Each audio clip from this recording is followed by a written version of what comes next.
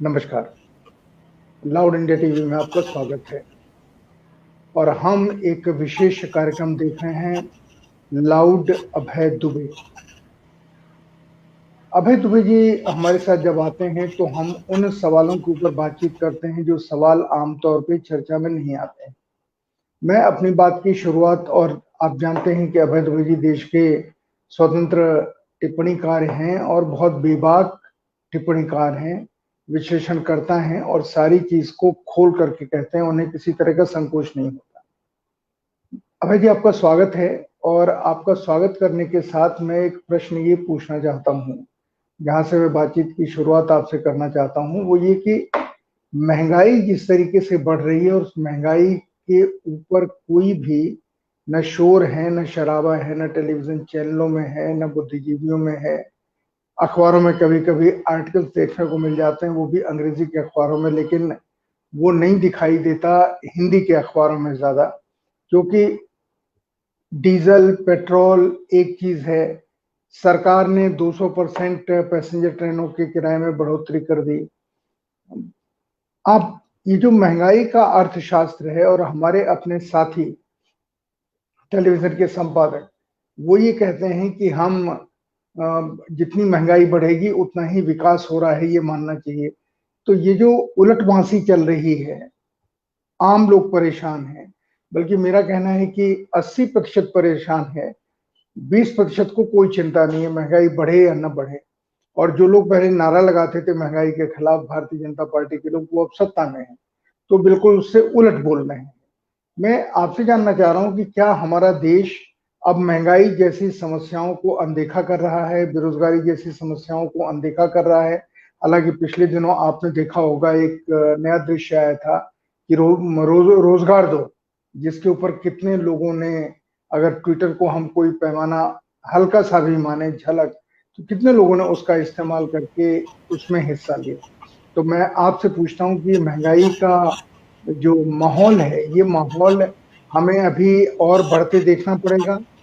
और इस महंगाई के पीछे जो पेट्रोलियम मिनिस्टर बार बार कह रहे हैं, वो अजीब कह रहे हैं कि ये तो बाजार के ऊपर आधारित है, अंतर्राष्ट्रीय बाजार। अंतर्राष्ट्रीय बाजार में कीमतें तो इतनी है नहीं, हम ही से पेट्रोल लेके पाकिस्तान, भूटान, नेपाल, ये सब, श्रीलंका, ये सब सस्ता पेट्रोल हमसे दे रहे हैं। तो ये मैं आपसे जानना चाह रहा हूँ कि ये खेल क्या है? देखिए, इसमें दो बातें हैं। पहली बात तो मैं इस बात पर चर्चा करूंगा कि महंगाई का विकास से क्या संबंध है। महंगाई का एक विकास से संबंध होता है, नियंत्रित महंगाई का।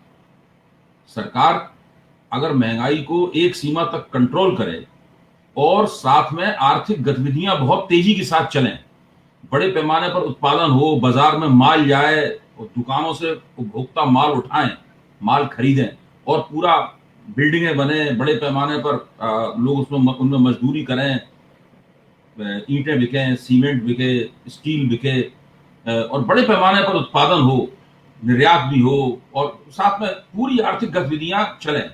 जो सर्विस सेक्टर है, बैंकिंग भी उछाल पर हो, जो मैन्युफैक्चरिंग है, मैन्युफैक्चरिंग भी उछाल पर हो, कृषि के क्षेत्र में भी उछाल आए, विकास हो। यानी तीनों क्षेत्र जो है, प्राइमरी सेक्टर जो कृषि का क्षेत्र है, सेकेंडरी सेक्टर जो कि उद्योग का क्षेत्र है, और टर्शरी सेक्टर जो कि सर्विस क्षेत्र है, सेवा क्षेत्र है, इन तीनों क्षेत्रों के में अगर उछाल आए तो उस वक्त अगर महंगाई हो तो वो महंगाई सकारात्मक होती है। उस महंगाई को हम देख सकते हैं कि वो विकास का सूचक है, विकास का एक संकेतक है। उसके जरिए हम संतोष कर सकते हैं कि विकास का एक वहां भी सरकार महंगाई को एक हद से नहीं बढ़ने देती है। जैसी महंगाई एक हद से बढ़ती है, इस तरह के मॉनेटरी उपाय लिए जाते हैं और इस तरह की नीतियां अपनाई जाती हैं ताकि वो घट जाए। एक पहली बात तो ये है, आज जो महंगाई है उसका विकास से कोई संबंध नहीं है, क्योंकि विकास हो नहीं रहा है। अभी जो डेटा जारी किया गया है भारतीय अर्थव्यवस्था का, उसमें यह बताया गया है कि 0.4% जीडीपी है आपका, यानी आधे फीसदी से भी कम जीडीपी है। अब आप इस बात को जरा सोचिए कि इस पे खुशियां मनाई जा रही हैं कि पहले तो भाई 6 से 7% तक अर्थव्यवस्था सिकुड़ रही थी, यानी माइनस, नकारात्मक 6 से 7% अर्थव्यवस्था सिकुड़ रही थी। अब वो सकारात्मक 0.4% हो गया है। व्यवहारिक रूप से देखें, सरकार जिन आंकड़ों के आधार पर ये डेटा रिलीज करती है वो आंकड़े संदिग्ध हैं। पिछले कई साल से आंकड़ों की नई सीरीज आई है, उसके ऊपर तमाम अर्थशास्त्री चर्चा करते रहे हैं कि इन आंकड़ों को सच्चा बनाया जाना चाहिए, इन आंकड़ों को दुरुस्त किया जाना चाहिए, वरना अर्थव्यवस्था की सही तस्वीर हमारे सामने नहीं होगी। एक ऐसी तस्वीर सामने लाई जाएगी इससे खुशनमी ज्यादा पैदा होगी। इसलिए यह भी माना गया था सरकार जो भी आंकड़ा देती है उस आंकड़े में आप सुरक्षित पूर्वक 1.5 से 2% कम कर दीजिए और फिर उसको मानिए। अब अगर 0.4% के आंकड़े में 1.5 से 2% आप कम कर दें तो अभी भी अर्थव्यवस्था करीब 1.5% की दर से सिकुड़ गई है। यानी और खुद सरकार इन आंकड़ों में भी मानती है कि सरकार को उम्मीद थी कि जो मैन्युफैक्चरिंग सेक्टर है वो 5% की दर से बढ़ेगा, लेकिन वो तो केवल 1.5% की दर से बढ़ता हुआ नजर आ रहा है। स्वाभाविक है कि अर्थव्यवस्था में मांग नहीं है। अगर मांग नहीं होगी तो फैक्ट्रियां नहीं चलेंगी। भाई क्यों फैक्ट्रियां चलाई जाएंगी? फैक्ट्रियां नहीं चलेंगी तो रोजगार नहीं होगा, ले ऑफ होंगे, लोगों को निकाला जाएगा नौकरी से, नए रोजगारों का सृजन नहीं होगा और पूंजी जो है ना वो तिजोरियों में बंद पड़ी रहेगी, वो उत्पादन के काम नहीं आएगी। यहां तक कि 2014, 2019 और 2020 में हालत ये थी कि जो देश का निजी क्षेत्र है उसकी तिजोरियों में 1.5 लाख करोड़ रुपए का रिजर्व मनी पड़ा हुआ था और उसका कोई इस्तेमाल नहीं हो रहा था, निवेश नहीं हो रहा था। एक पाई उसमें से निकालने के लिए तैयार नहीं था, क्योंकि उसकी फैक्ट्रियां पहले से ही पूरी क्षमता पर काम नहीं कर रही थी। जब वो आधे से कम क्षमता पर काम कर रही थी तो वो नई फैक्ट्रियां क्यों लगाएगा, नया निवेश क्यों कराएगा? इसी तरह भारत के जो फायदे वाले पब्लिक सेक्टर कंपनियां थी, जो ब्लू चिप कंपनियां बोलते हैं, उन कंपनियों उनके पास भी करीबन 1 लाख करोड़ रुपए का कैश रिजर्व पड़ा हुआ था। ये सब घोषित सफेद धन है, लेकिन निवेश नहीं हो रहा था।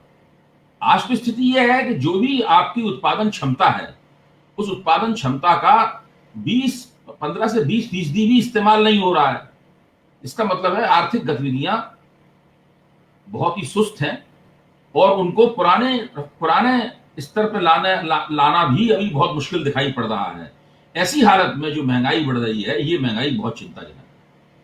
अब सरकार के पास हर संकट का जवाब ये है कि उसको हम प्रबंधन कर लेंगे, मैनेज कर लेंगे इस क्राइसिस को। सरकार जो है मैनेजरों की सरकार है, उसका हर चीज को तर्क होता है, हर चीज प्रबंधित की जा सकती है, राजनीति प्रबंधित की जा सकती है, जनता का संतोष प्रबंधित किया जा सकता है, आर्थिक संकट प्रबंधित किया जा सकता है, विदेश नीति प्रबंधित की जा सकती है, हर चीज प्रबंधित की जा सकती है।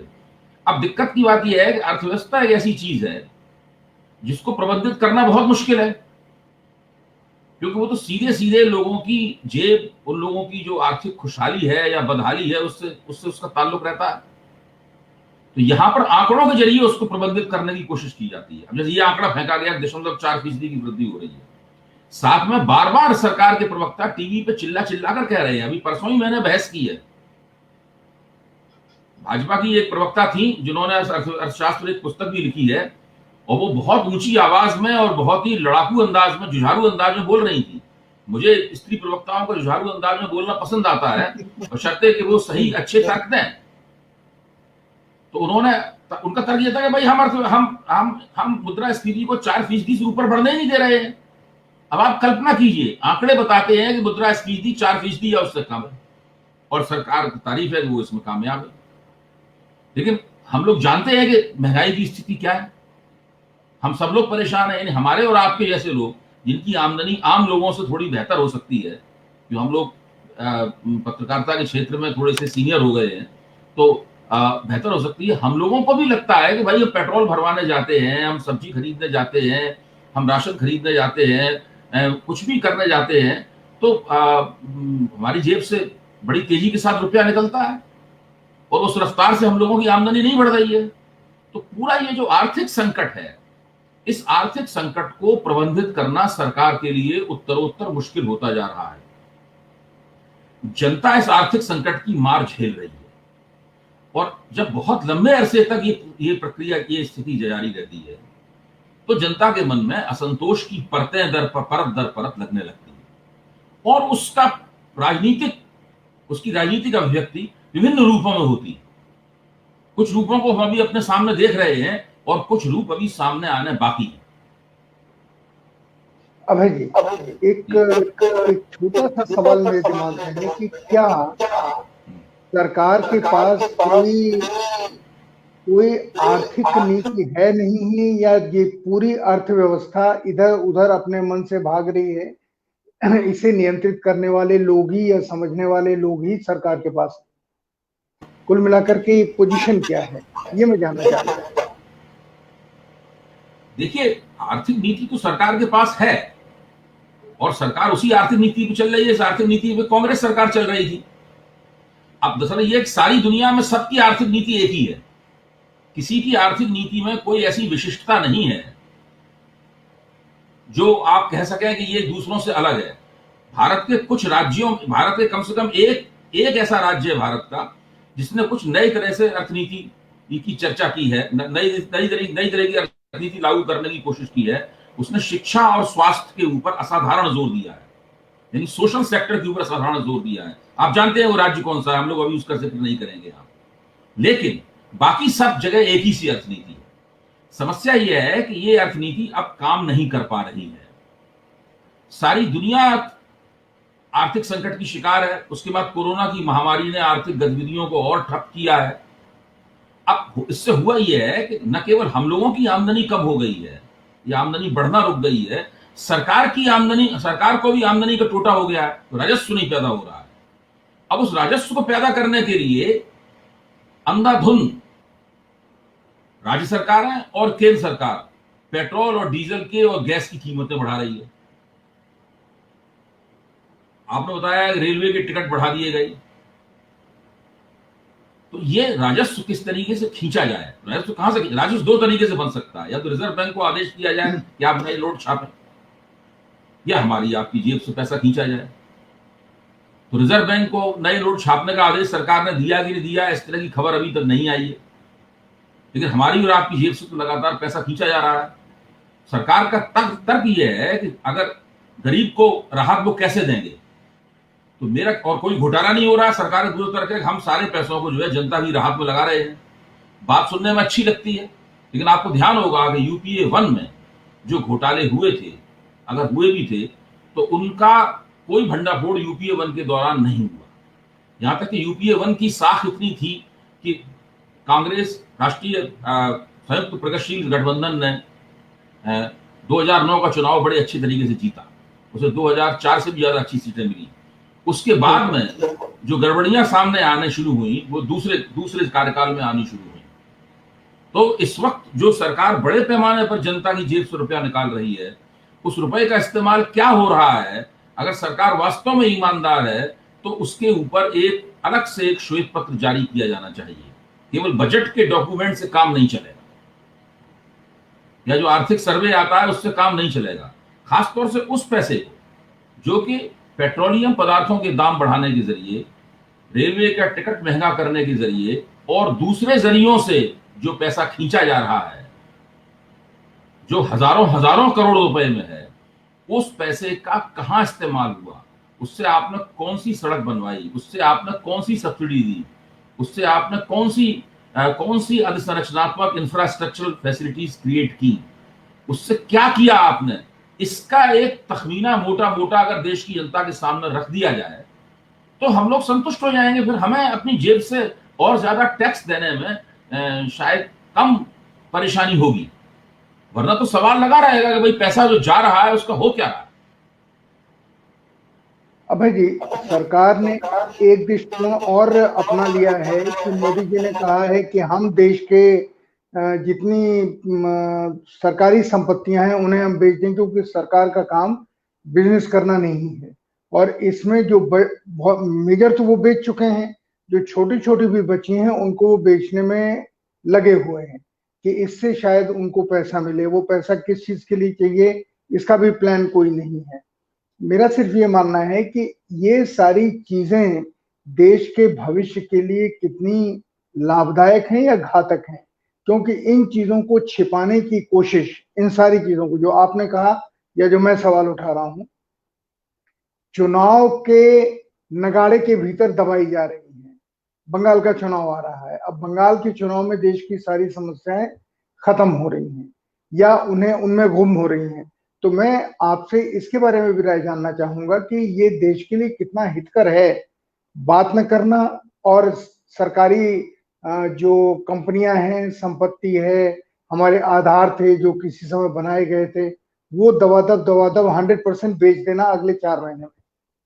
देखिए, आपको याद होगा कि, कि ब्रिटेन की प्रधानमंत्री एक जमाने में मार्गरेट थैचर हुआ करती थी और अमेरिका के राष्ट्रपति उसी वक्त रोनाल्ड रीगन हुआ करते थे।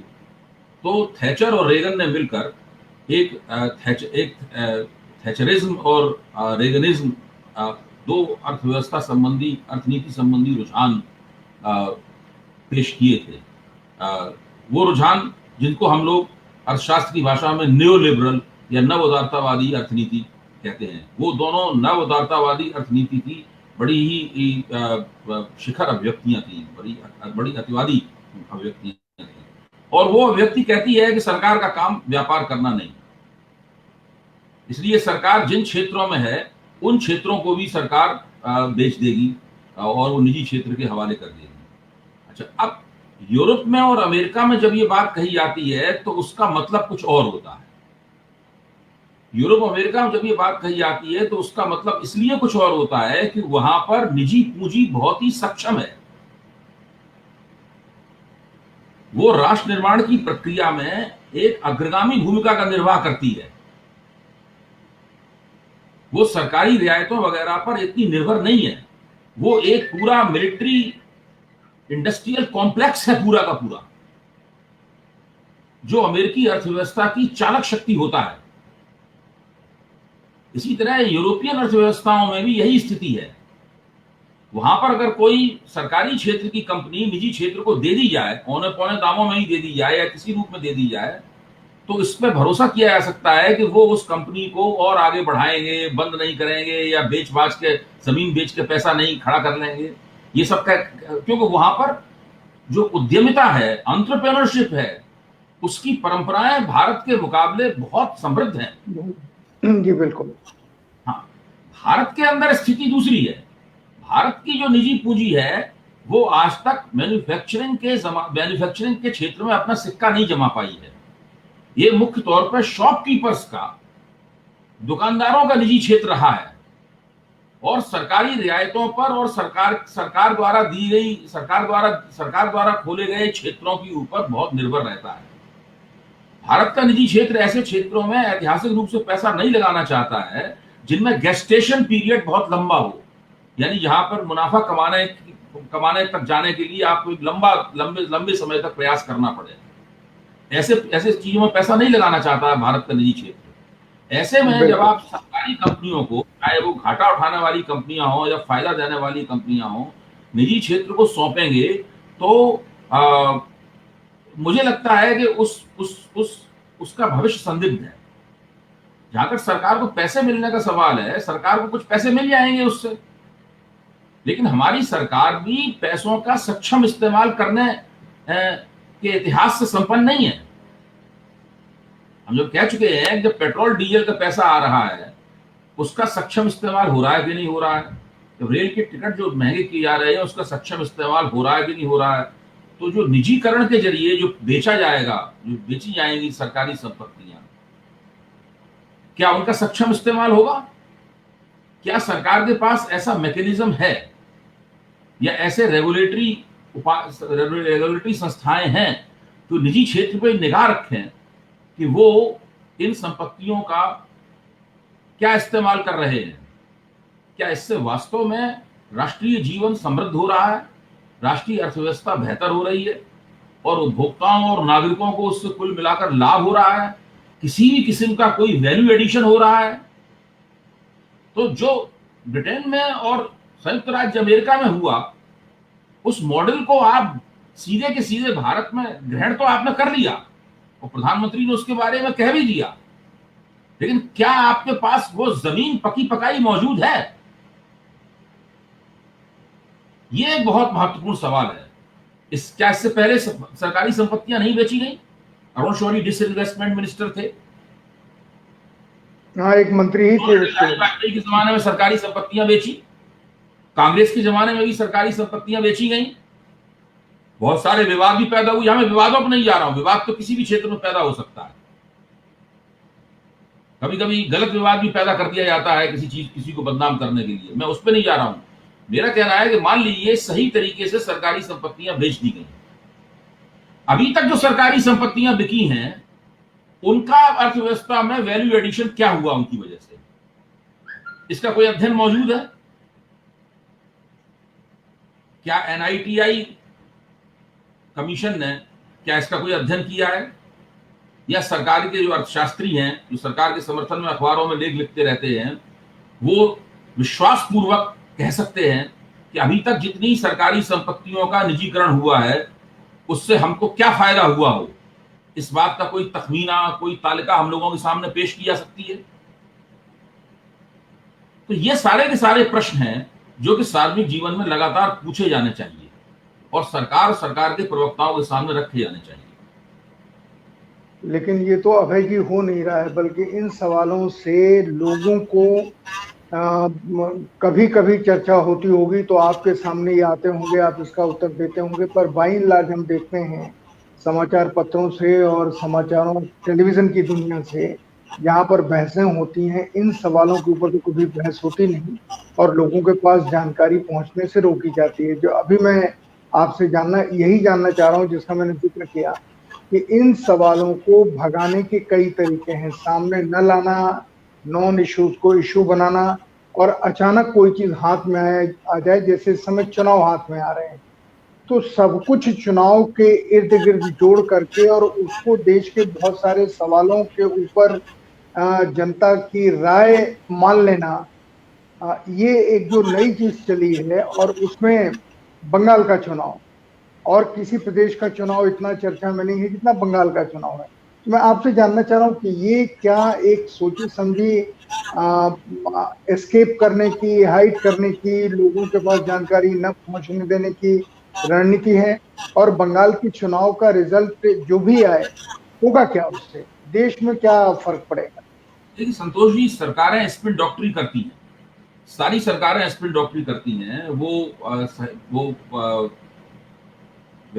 वास्तविक समस्याओं से ध्यान हटाने के लिए, लोगों का ध्यान इधर उधर भटकाने के लिए नए नए किस्म की खबरें फेंकी जाती हैं, सूचनाएं फेंकी जाती हैं, आंकड़ों का पूरा जाल बुना जाता है। ये सारी प्रक्रिया लगातार चलती रहती है, पूरी की पूरी स्पिन डॉक्टरों की टीम लगी रहती है और ये विपक्ष की तरफ से भी छोटे पैमाने पर होता है। इस बात को हमें मानने में कोई दिक्कत नहीं होनी चाहिए कि ये सभी किस्म की राजनीतिक शक्तियां ये काम करती हैं। लोकतंत्रों में इस काम को करना और भी ज्यादा जरूरी होता है उनके लिए, क्योंकि जनता की राय बहुत जरूरी होती है। तानाशाहों को इस करने की आवश्यकता नहीं होती कि उनसे कोई सवाल पूछ नहीं सकता, क्योंकि हम यहाँ लोकतंत्र में सवाल पूछे जाते हैं, इसलिए जाहिर है कि एक नया अनुशासन पूरा स्पिन डॉक्टरी का वो विकसित हो गया है। हमारे ही बहुत सारे पत्रकार बंधु स्पिन डॉक्टरी में भाग लेते हैं, आप इस बात को अच्छी तरीके से जानते हैं। बिल्कुल बिल्कुल। ये तो सब होता रहेगा, इसको रोका नहीं जा सकता है, ये सब होता रहेगा और ये ज्यादा और ज्यादा समय के साथ में और बढ़ेगा। इसमें अब देखना इसमें यह पड़ता है कि तमाम स्पिन डॉक्टरी के जाल के भीतर वास्तविकता क्या है, हकीकत क्या है। तो हकीकत यह है कि इस वक्त मोदी सरकार, जो इंदिरा गांधी की सरकार, इंदिरा गांधी और उसके बाद राजीव गांधी की सरकार के बाद देश की सबसे ज्यादा राजनीतिक रूप से स्थिर सरकार है, जिसके पास एक अत्यंत लोकप्रिय नेता है, जिसकी छवि, मोदी जी की निजी छवि काफी अच्छी है जनता के लिए। ये सरकार पिछले 6 महीने से एक ऐसे संकट की शिकार है जो सबको दिखाई पड़ रहा है। ये संकट छिपाया नहीं जा सकता, आप कितना भी पर्दा डालें ये संकट नहीं छिपाया जा सकता। इस संकट की पहली अभिव्यक्ति यह है कि कृषि के क्षेत्र की समस्याओं को न हल कर पाने के कारण उन किसानों ने जिन्हें सरकार स्वयं कहती है कि ये खुशहाल किसान है, दिल्ली का घेरा डाला हुआ है। आप सोचिए, एक ऐसी सरकार जो अपने समाज के खुशहाल हिस्से को संतुष्ट नहीं कर पा रही है, वो सरकार गरीबों को कैसे संतुष्ट करेगी? जब आप खुशहाल लोगों को भी तसल्ली नहीं दे पा रहे हैं तो आप गरीबों को कैसे तसल्ली देंगे? तो वो दिल्ली का घेरा पड़ा हुआ है और सरकार हाथ पर हाथ रख के बैठी हुई है। वो इसी उम्मीद में है कि ये लोग थक के चले जाएंगे। उसके पास इस घेरे को हटाने के लिए कोई रणनीति है? यहाँ तक कि मतलब जो हो रहा है वो हम लोगों के सामने है, वो ऐतिहासिक है। दूसरा, अर्थव्यवस्था का संकट है, इसकी हम लोग चर्चा कर चुके हैं। महंगाई का रॉकेट आसमान में तेजी के साथ ऊपर जा रहा है, सरकार उसको रोक पाने में असमर्थ है। तो जीवन का ऐसा कोई क्षेत्र नहीं है जिसके ऊपर ये लगे कि सरकार अच्छी तरह इसको नियंत्रित कर पा रही है, नियोजित तरीके से इसको चला रही है। सरकार की साख पर संकट आ रहा है। सर्वे बताते हैं कि सरकार की लोकप्रियता में कुछ गिरावट भी आई है, भले ही वो गिरावट अभी मामूली लग रही है। प्रधानमंत्री की लोकप्रियता में भी गिरावट आई है। राज्यों के स्तर पर जो सरकार के भाजपा के मुख्यमंत्री हैं, उनके कामकाज पर बहुत बड़ा सवाल लग चुका है। अच्छे मुख्यमंत्रियों की सूची में भारतीय जनता पार्टी के मुख्यमंत्री पहले 7 स्थानों पर हैं ही नहीं, और खराब मुख्यमंत्रियों की सूची में पहले 3 मुख्यमंत्री भारतीय जनता पार्टी के ही हैं। तो जब ऐसा नजारा हो, उस समय सरकार निश्चित रूप से ये सोच रही होगी कि इस संकट से निपटने का तरीका क्या है। अब मैं आपको ले चलूंगा थोड़ा 2015 में। 2015 में क्या हुआ था? 2015 में भारतीय जनता पार्टी ने 2 चुनाव हारे। दिल्ली का चुनाव बुरी तरीके से हार गई और बिहार का चुनाव भी वो अपमानजनक तरीके से हार गई। जैसे ही ये 2 चुनाव हारे, जिन वरिष्ठ नेताओं को नरेंद्र मोदी ने परामर्शदाता मंडल के ठंडे बस्ते में डाल दिया था, उन्होंने पत्र लिखा। आपको याद होगा, उसमें अरुण शौरी ने, यशवंत सिन्हा ने वगैरह और लालकृष्ण आडवाणी वगैरह ने एक पत्र लिखा, और उस पत्र से भारतीय जनता पार्टी के अंदर भगदड़ मच गई। वो बहुत प्रधानमंत्री नरेंद्र मोदी के पहले कार्यकाल का सबसे ज्यादा संकटपूर्ण क्षण था। किसी तरीके से उस संकट को मैनेज किया गया, प्रबंधित किया गया। लेकिन वो संकट तिरोहित कैसे हुआ? संकट खत्म कैसे हुआ? वो संकट खत्म हुआ 2017 में उत्तर प्रदेश के चुनाव में असाधारण जीत हासिल कर 325 सीटें जीतनी भारतीय जनता पार्टी, जबकि भारतीय जनता पार्टी को भी ये उम्मीद नहीं थी। तो एक बड़ा चुनाव जीतकर, जैसे ही बड़ा चुनाव जीता गया, उसके बाद मोदी ने कभी पीछे मुड़ के नहीं देखा। मोदी की साख उस चुनाव की जीत के बाद लगातार बढ़ती ही चली गई, बढ़ती ही चली गई, बढ़ती ही चली गई। 2015 के संकट के बाद अब संकट 2021 में पैदा हुआ, और इस संकट से निपटने का भी उनको एक ही तरीका दिख रहा है कि किसी तरीके से हम बंगाल का चुनाव जीतें। वो जानते हैं तमिलनाडु का चुनाव तो वो जीत नहीं सकते, वहां तो उनकी सीटें 0 से 2 के बीच में आ रही हैं।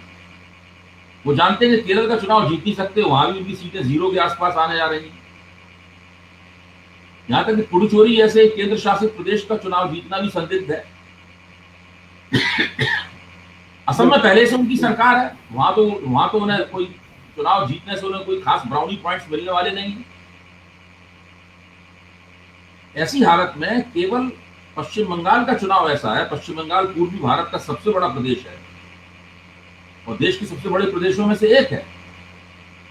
अगर वो पश्चिम बंगाल का चुनाव जीत लेती है भारतीय जनता पार्टी, तो आप समझ लीजिए जितने भी संकट है, चाहे वो आर्थिक संकट हो, चाहे वो किसान आंदोलन कारण का संकट हो, इस सारे के सारे संकट थोड़े दिनों के लिए पृष्ठभूमि में चले जाएंगे। इसलिए भाजपा का सारा फोकस, सारे नेता, सारे संसाधन, सारे रणनीतिकार, सारे प्रवक्ता, सारे स्पिन डॉक्टर, हर तरह का हथकंडा, ये सब पश्चिम बंगाल का चुनाव जीतने में लगे हुए हैं। अब मुश्किल ये है कि इसकी गारंटी कोई नहीं है। यहां तक अभी तक जो सर्वे आए हैं उसमें तो तृणमूल कांग्रेस ही सरकार बनाती हुई दिखाई पड़ रही है, भारतीय जनता पार्टी 100 से ऊपर नहीं जा रही है। और कौन कौन सर्वे, जैसे एबीपी के अलावा और कौन कौन से सर्वे कह रहे हैं कि टीएमसी जीत रही है? तो 2 सर्वे और आए हैं, अभी नहीं, अभी तो एबीपी का सर्वे कल आया था, अभी 2 सर्वे इससे पहले और हुए थे। उनमें भी कोई भी भाजपा को सरकार बनाते हुए नहीं दिखा रहा। ये जरूर कह रहे हैं कि भाजपा उछाल पर है, हो सकता है उसके प्रदर्शन में और सुधार हो, लेकिन ये सारी की सारी चीजें संभावनाओं के दायरे में हैं। गारंटी किसी चीज की नहीं है। अभी तक जो ठोस जानकारी बंगाल से मिल रही है वो जानकारी ये है कि जो कांग्रेस और मार्क्सवादी कम्युनिस्ट पार्टी का गठजोड़ है उसको भारतीय जनता पार्टी सिफर कर पाने में या पूरी तरह निष्प्रभावी नहीं कर पा रही है। लोकसभा चुनाव में उसके बहुत से वोट जो है भाजपा में चले गए थे। अब वो अस्तित्व का सवाल है उन दोनों के लिए, सीपीएम के लिए भी अस्तित्व का सवाल है, कांग्रेस के लिए अस्तित्व का सवाल है। तो वो जम के चुनाव लड़ रहे हैं तो पूरे वोट अपने भाजपा से वापस न ले पाए लेकिन कुछ वोट तो भाजपा से वापस लेंगे ही वो।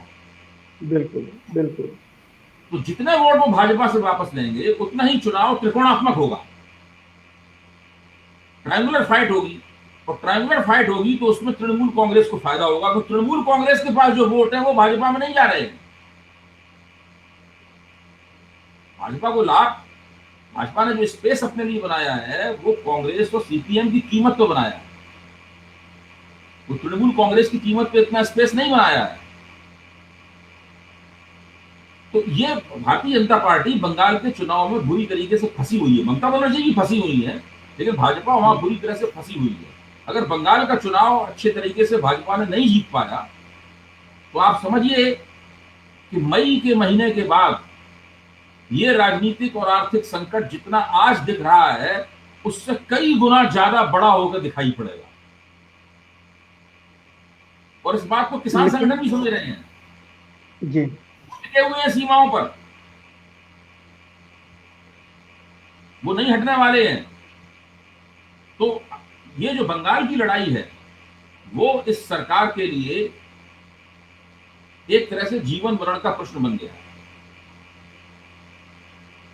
लेकिन अभी आपने बावजूद भी अगर कोई सरकार बंगाल जैसा चुनाव जीत लेती है तो हमें उसको मानना पड़ेगा कि भाई उसके अंदर काफी दम है।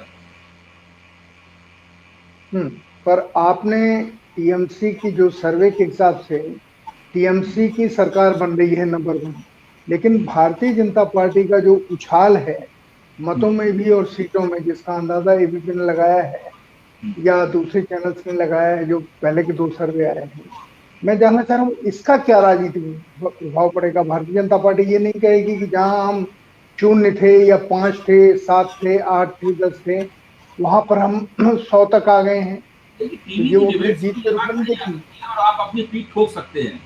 व्यवहारिक स्थिति क्या है, भारतीय जनता पार्टी ये चुनाव 2 सीट जो पिछले विधानसभा में उसके बाद 2 सीटें थी, 2 सीटों से नहीं लड़ रही है। भारतीय जनता पार्टी 18 लोकसभा सीटों के आधार पर खड़ी हुई है और 18 लोकसभा सीटों को अगर आप विधानसभा सीटों में उनका अनुवाद करें तो भाजपा कम से कम 100-125 सीटों पर खड़ी हुई है आज। लेकिन भाजपा का एक दूसरा इतिहास भी है।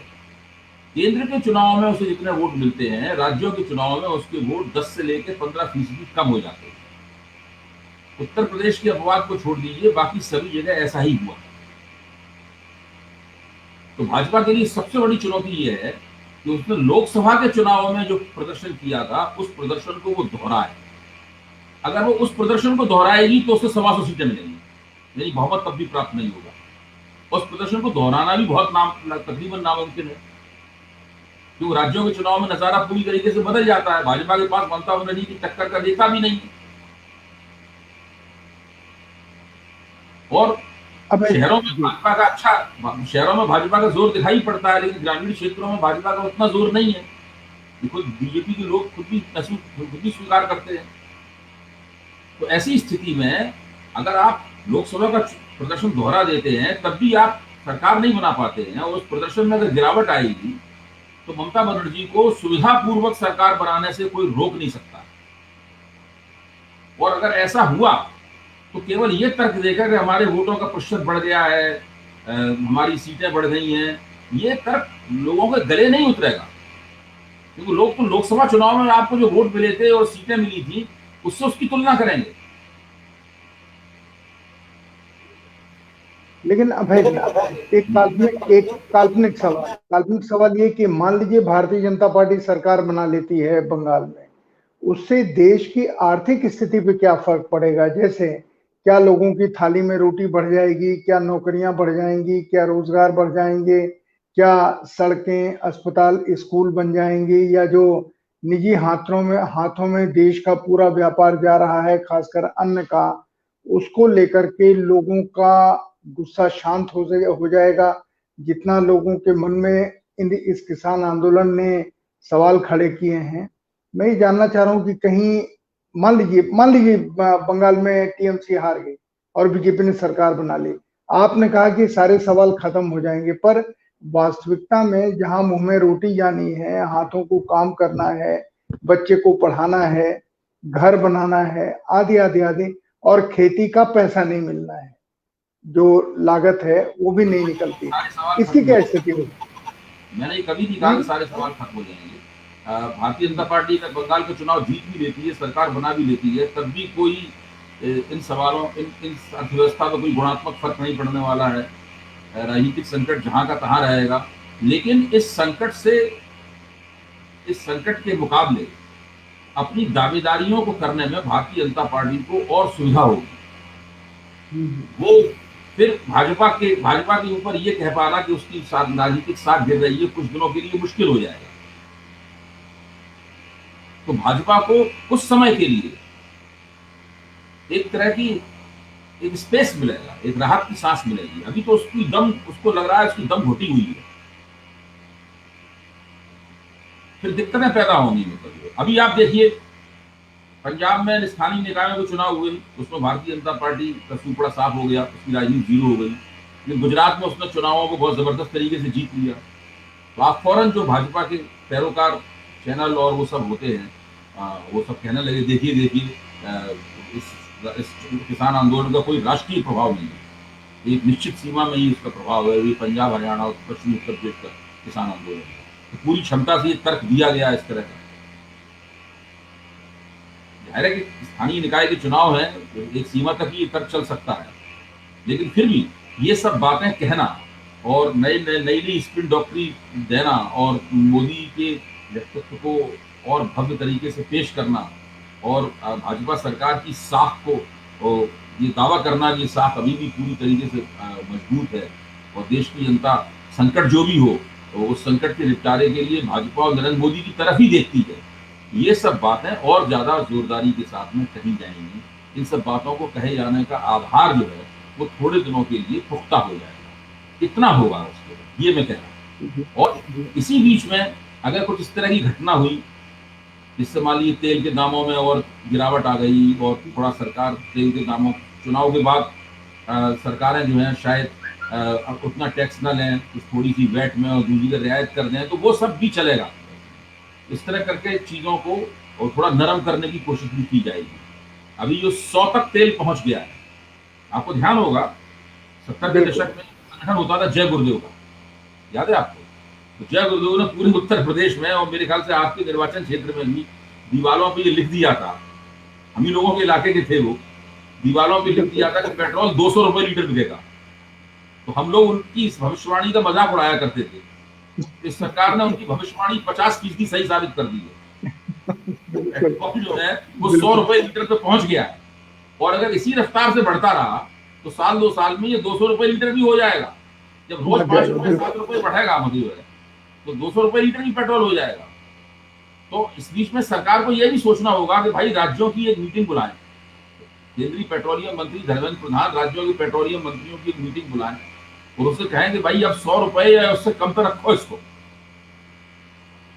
इसके आगे मत बढ़ाओ। 100 का फिगर जो होता है, 100 का जो अंक है, वो लोगों के दिमाग में रजिस्टर हो जाता है। आपको जानते हैं बाटा का जूता कैसे बिकता है? बाटा का जूता 100 रुपए का नहीं बिकता, वो 99 रुपए 90 पैसे का बिकता है।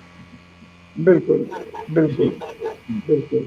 अभय जी आपसे ये जानना है कि ये तो सवाल हुआ, पर पिछली बार हमने बहुत ज्यादा ध्यान दिया था किसानों की स्थिति के ऊपर, किसानों के आंदोलन के ऊपर। मैं फिर आपसे जानना चाहूंगा कि पिछली बार से लेके अब तक जब हम और आप बात कर रहे हैं, किसानों का आंदोलन कहाँ तक पहुंचा? आपको क्या लगता है, कमजोर हो रहा है, बढ़ रहा है? विभिन्न वर्ग आ रहे हैं, महिलाओं की हिस्सेदारी बढ़ रही है, छात्रों की हिस्सेदारी बढ़ रही है, बेरोजगारों की हिस्सेदारी बढ़ रही है या नहीं बढ़ रही है? किसान आंदोलन का एक ओवरऑल एनालिसिस, आखिरी सवाल आपसे है। देखिए, मैं मानता हूँ किसान आंदोलन 28 जनवरी की घटना के बाद से लगातार मजबूत हुआ है। एक लंबा चलने वाला आंदोलन जो कि पहले से ही 90 दिन 3 महीने पूरे कर चुका है। एक ऐसे आंदोलन में उतार चढ़ाव आना स्वाभाविक है। कभी उसके ऊपर ज़्यादा फोकस दिखाई पड़ेगा, कभी उसके ऊपर कम फोकस दिखाई पड़ेगा। कभी सीमाओं पर जो धरने हो रहे हैं उसमें कम भीड़ होगी, कभी ज़्यादा भीड़ होगी। अभी किसान कोई संघर्ष का कार्यक्रम लेंगे, कोई रैली निकालेंगे तो फिर से उसके ऊपर फोकस दिखाई पड़ेगा। तो ये एक लंबे दौर तक चलने वाली रस्साकशी है, वॉर ऑफ एट्रीशन कहते हैं। तो ये वॉर ऑफ एट्रीशन है सरकार के बीच में, और एक तरफ सरकार और कारपोरेट क्षेत्र है, कारपोरेट पूंजी है, और दूसरी तरफ किसान है और हमारा नागरिक समाज है और विपक्षी का। तो उनके बीच में ये रस्साकशी हो रही है, और ये रस्साकशी अभी काफ़ी दिन तक चलेगी। अभी कुछ दिन तक फोकस अर्थव्यवस्था पर रहेगा, मुझे ऐसा लगता है, और राज्यों के चुनाव पर रहेगा। लेकिन किसान आंदोलन अपने पैर अंगद का पाँव है, अंगद के पाँव की तरह वो अपनी जगह पर अड़ा हुआ है। और वो जैसे ही मई में 2 मई को राज्यों के चुनाव के नतीजे आते हैं, आप देखिए ये आंदोलन फिर से एक नई करवट लेगा, और हम लोगों को कुछ और घटित होता हुआ दिखाई पड़ेगा। सरकार भी इस बात को जानती है, इसीलिए पूरी कोशिश कर रही है कि किसी तरह बंगाल का चुनाव जीते, असम का चुनाव न हारे। जो कुछ भी तीर मारना है वो असम और बंगाल में तीर मारना है। दक्षिण भारत में कोई तीर लगेगा नहीं, कर्नाटक में चुनाव हो नहीं रहे, तो जो कुछ असम और बंगाल में तीर मारना है। दोनों जगह असम में भी पुराने प्रदर्शन को दोहराना एक बहुत बड़ी समस्या है। अभी बोडो फ्रंट ने भारतीय जनता एनडीए का साथ छोड़ दिया है, आज की खबर है। उससे कांग्रेस को लाभ, कांग्रेस की तरफ पल्ला झुक गया है। कांग्रेस ने वामपंथी पार्टियों के साथ वहां मिलकर एक गठजोड़ बनाया है। तो राजनीति दिन प्रतिदिन बदल रही है और बहुत दिलचस्प है। अभय जी, आज का प्रोग्राम समाप्त करने से पहले आपसे एक निवेदन करेंगे कि हम लोग विपक्षी दलों को बिल्कुल एक किनारे छोड़ रहे हैं। मैं आपसे अगले रविवार को 11 बजे ये निवेदन करूंगा कि देश के जितने विपक्षी दल हैं, जो मैटर करते हैं या नहीं मैटर करते हैं, उनकी नीतियां, उनके प्रभाव, उनके आगे बढ़ने की क्षमता, या उनके अंदर कोई रणनीति है या नहीं है देश की राजनीति को प्रभावित करने की, अगर आप ठीक समझें तो इसके बारे में हम लोग बातचीत करें अगले रविवार को इसी समय। आपको बहुत बहुत धन्यवाद जी। तो आपको बहुत बहुत धन्यवाद जी। हम लोग उधर भी फोकस डाल सकते हैं। ठीक, अगर इसमें हफ्ते में कोई और घटना होती है तो हम लोग अपना फोकस थोड़ा बदल भी सकते हैं। ठीक है, ठीक है। तो आपको बहुत धन्यवाद देता हूं मैं इस कार्यक्रम के लिए, मैं आने के लिए। और आपको मालूम है कि आप लोग बहुत ही प्रतीक्षित रहते हैं आपको सुनने के लिए। आज भी आपने वैसी बातें की, इसके लिए आपको बहुत बहुत धन्यवाद। अगले रविवार को फिर मुलाकात होगी।